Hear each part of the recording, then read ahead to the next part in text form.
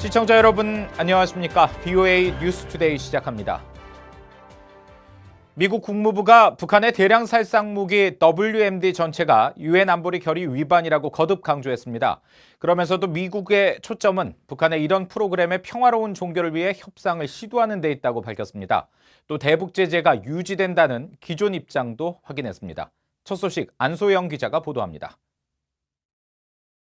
미 국무부의 모건 오테이거스 대변인은 북한의 최근 미사일 발사는 유엔 안보리 결의를 위반한다는 점을 분명히 했습니다. 북한의 모든 대량 살상 무기 프로그램 전체가 유엔 안보리 위반에 해당한다는 겁니다.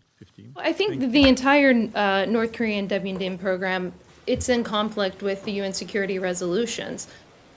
오테이거스 대변인은 이어 북한 비핵화 문제는 이 시대의 가장 중요한 국가 안보 사안 가운데 하나라고 강조했습니다. 그러면서 미국은 이를 해결하기 위해 북한과 계속 협상을 하고 있다고 밝혔습니다.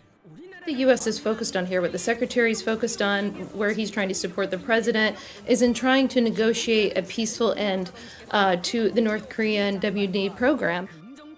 대북 제재에 대해서는 기존 입장을 거듭 확인했습니다. 북한의 모든 대량 살상 무기 프로그램을 폐기하기 전까지 대북 제재는 계속 유지된다고 강조했습니다. 또 북한 김정은 위원장이 트럼프 대통령과 폼페오 국무장관에게 여러 차례 한 비핵화 약속을 다시 언급하며 트럼프 대통령은 김 위원장이 약속을 지킬 것으로 믿고 있다고 말했습니다. They have had face-to-face conversations with Kim Jong-un, in which they felt like they had a real commitment from him to denuclearize. 북한의 비핵화는 북한 주민들에게 밝은 미래를 선사할 것으로 믿고 있다면서 이를 위해 미북 정상 간 관계와 북한과의 대화 유지에 초점을 맞추고 있다고 밝혔습니다. VOA 뉴스 안소영입니다. 북한의 최근 미사일 발사에 대해 크게 우려하지 않는다고 한 도널드 트럼프 대통령의 발언과 관련해 전문가들은 미북 실무 협상 개최가 더 어렵게 됐다고 분석했습니다. 또 공동회견에서 표출된 북한 미사일 발사에 대한 미일 간 이견은 북한에게 잘못된 메시지를 보낸 것이라는 지적이 나왔습니다. 김칸희 기자의 보도입니다. 크리스토퍼 힐 전 국무부 동아시아 태평양 차관보는 앞으로 미북 실무 협상 개최가 더 어렵게 됐다고 주장했습니다. 존 볼튼 국가안보보좌관이 북한이 최근 발사한 미사일을 탄도미사일로 규정하고 유엔 안보리 결의 위반이라고 밝혔는데 트럼프 대통령이 의미를 축소했기 때문에 앞으로 북한은 미국 당국자들의 발언을 믿지 않고 트럼프 대통령과만 협상하려 될 것이라는 설명입니다. His distinct willingness to part company with his advisors, in my view, tremendously undercuts those same advisors when they try to do their jobs and try to talk to the North Koreans or somehow get a process going. 힐 전 차관보는 그러면서 이미 북한은 폼페오 국무장관이나 볼튼 보좌관과의 대화를 거부해오고 있다며 향후 비핵화 협상에 대한 회의감을 드러냈습니다. 트럼프 대통령이 볼튼 보좌관의 미사일 발언을 일축해 트럼프 행정부의 최대 압박 전략은 더 이상 실효성이 없다는 것을 재확인했다는 지적도 나왔습니다. 트럼프 대통령의 발언은 지난 3월 재무부가 발표한 대북 제재를 대통령이 철회했던 사례와 비슷하며 대통령은 비핵화 성과를 위한 압박보다 김정은과의 관계에만 치중돼 있다는 지적입니다. The president is overemphasizing his personal relationship with Kim Jong-un, which really has not gained the U.S. any of its strategic objectives so far. 아베 총리는 북한의 최근 미사일 발사를 유엔 안보리 결의 위반이라고 밝혔지만 트럼프 대통령은 아니라고 생각한다며 이견을 나타내 북한에 잘못된 메시지를 보냈다는 분석도 나왔습니다. It's obviously a terrible optic when you have the top alliance managers publicly disagreeing on an issue as significant as what exactly was it that North Korea did. The problem with that is that it gives North Korea a green light to continue to conduct low-level testing. 스나이더 연구원은 하지만 북한이 더 강도 높은 도발을 한다면 미국이 어떻게 대응할지 불확실하다며 북한은 트럼프 대통령의 인내심을 시험해선 안 된다고 경고했습니다. VOA 뉴스 김칸입니다. 폐선 처리된 것으로 알려진 선박의 위치 정보가 한국과 북한의 항구에서 잇따라 포착됐습니다. 해당 신호는 북한 영해와 남포 항구에서 잡힌 뒤 다시 한국 인천해경 전용부도에서 반복적으로 나타났는데요. 이 남북한을 오간 것으로 보이는 이 의문의 선박 정체는 확인되지 않았습니다. 오택성 기자가 취재했습니다.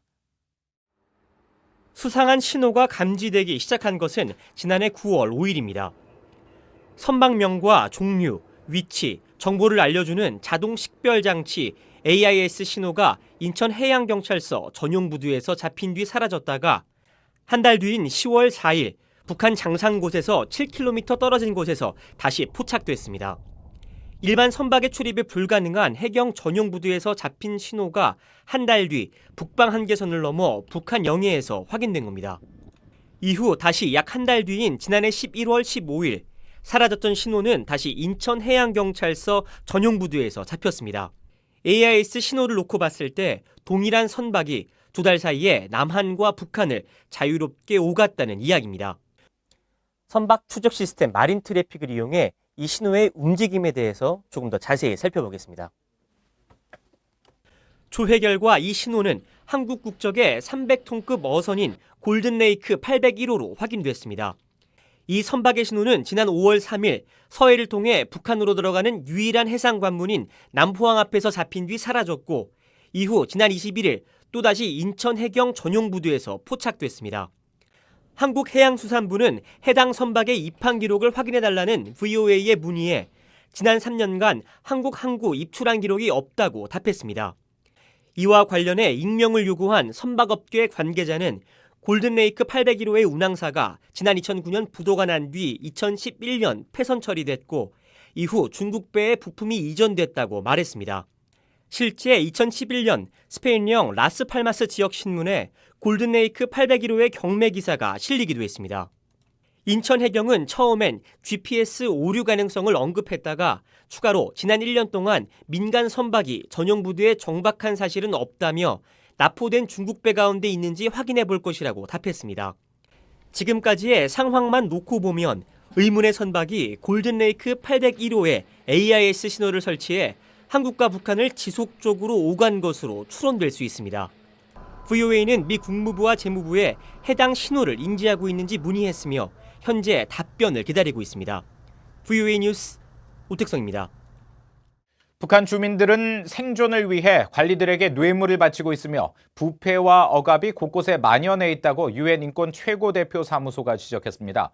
유엔 인권 최고대표 사무소는 28일 서울 프레스센터에서 탈북자 214명을 인터뷰해 작성한 보고서를 발표하면서 북한 관리들은 주민들에게서 금품을 쥐어짜내고 있고 관리들에게 상납하는 주민들은 장마당으로 불리는 비공식적 경제 부문에 종사하고 있다고 밝혔습니다. 2017년 기준으로 북한 인구의 44%만이 전기를 정상적으로 사용하고 있다고 세계은행 등 국제기구가 지적했습니다. 국제에너지기구와 세계은행, 세계보건기구 WHO 등 5개 국제기구는 최근 공동 발표한 보고서에서 북한 인구의 절반 이상인 1,400만 명이 가정에서 전기를 사용하지 못한 채 밤에는 사실상 암흑 속에서 생활하고 있다고 밝혔습니다. 북한에 인도적 지원을 하고 있는 캐나다는 대북 인도 지원 프로그램은 북한 정권이나 단체에 인도적 지원 기금을 제공하지 않는다고 강조했습니다. 캐나다 외교부 공보실은 VOA에 대북 인도적 지원과 관련해 인류애와 중립성, 공정성, 독립성이라는 인도주의 원칙에 부합하는 파트너들을 지원하며 북한의 상황을 계속 추적 관찰하고 필요에 따라 추가 대응할 준비가 돼 있다고 덧붙였습니다. 지난해 대북 지원 국가별 순위 1위를 기록한 스위스는 자국의 인도적 지원이 북한의 가장 취약한 계층에 전달되고 있다는 데 매우 확신한다면서 대북 지원 4개년 전략을 지속할 방침이라고 밝혔습니다. 목적지에 입항하지 못한 채 3주 동안 해상에 머물던 동탄호의 북한 석탄이 출발지인 인도네시아로 되돌아가는 정황이 포착됐습니다. 마린 트래픽 등 선박 추적 웹사이트 등에 따르면 북한산 석탄 26,500톤을 싣고 말레이시아로 가다가 입항을 거부당한 뒤 해상에 있던 동탄호는 이후 인도네시아 수마트라 섬 동쪽 해상을 따라 남쪽으로 이동해 28일 현재 자카르타 항구에서 242km 떨어진 지점에 머물고 있습니다. VOA가 확보한 선화증권에 따르면 석탄의 하역지는 인도네시아 자카르타의 마룬다항이며 화주는 러시아의 한 회사, 또 화물은 북한산 무연탄이 아니라 연료탄으로 기재돼 있는데 이것들은 세 번째로 변경된 내용입니다. 이상으로 VOA 뉴스투데이 마칩니다. 함께해 주신 여러분 고맙습니다.